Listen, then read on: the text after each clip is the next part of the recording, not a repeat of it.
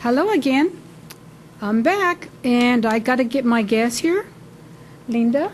Hello, how are Nice you, to see you Raquel? again, Linda. Nice to meet you. Linda is part of the group that I mentioned, Authors and Artists United. She's well known. She has several books. One of them is Maddie in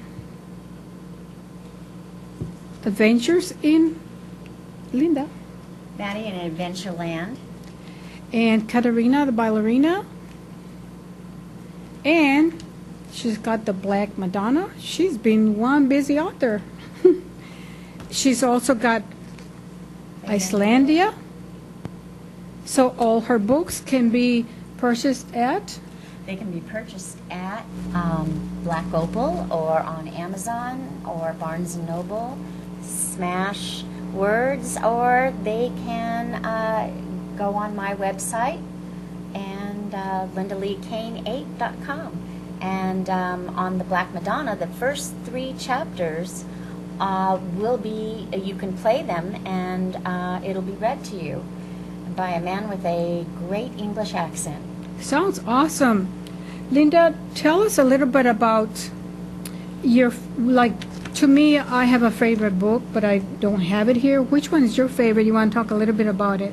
I think my first book, only because it holds so much about me and what I went through in writing it. So my book is a historical fiction about the Cathars.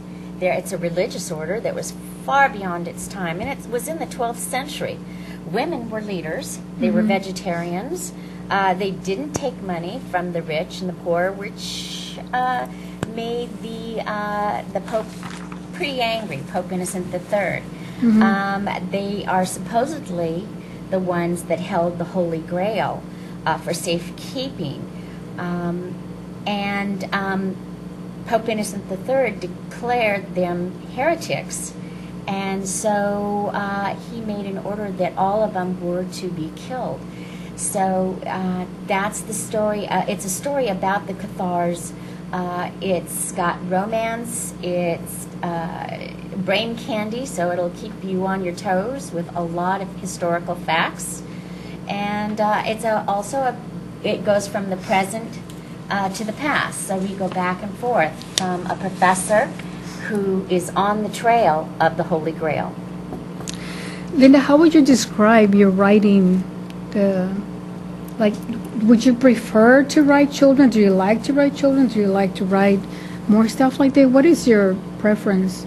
Or do you have any? I think that's a good question. I think I tackled the Black Madonna because I'm really interested in history, and there's so many truths out there that we're not aware of.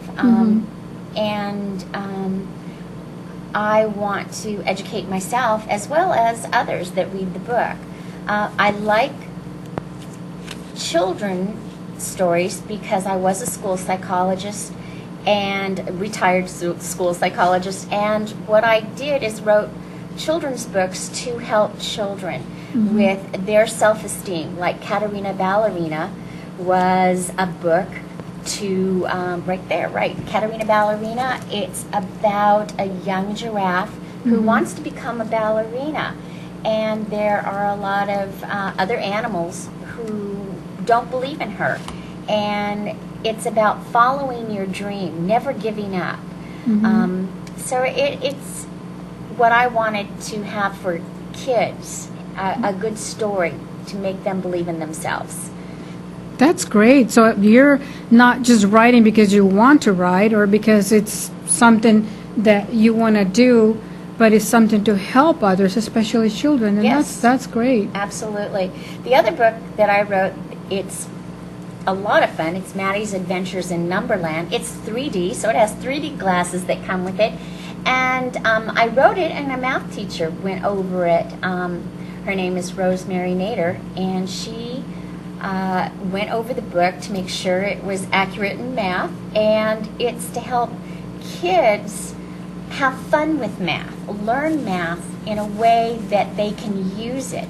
And it's also a way, I have in the back of the book, a way for parents to help their children understand math and to have fun with it, and to see how concrete math is. And it's not such an abstract idea, but it's something that you can really use in life. So I wanted kids to have fun with it, learn math. There's even a triple fudge brownie recipe in it. Really? Yes, Oh, that sounds cool. It is. It's really a good recipe. So it is a lot of fun, and the parents, the mom or dad, can help their child learn fractions from this. There's even a turtle race, so they can learn how to measure. It sounds like you're teaching as well as, while they're reading, that you're teaching, they're learning something too. Yes, absolutely. They're being entertained and they're learning something too. Linda, what influenced you to start writing? I mean, is there a particular person, or did you just out of the blue say, I want to write? I think I've always told stories. I told stories as a child, and I made up plays as a child. So I was a school psychologist and an instructor over at the city college. And when I retired, I wanted to take on this challenge. It's part of my bucket list, things I want to do before I kick the bucket. And so I started writing.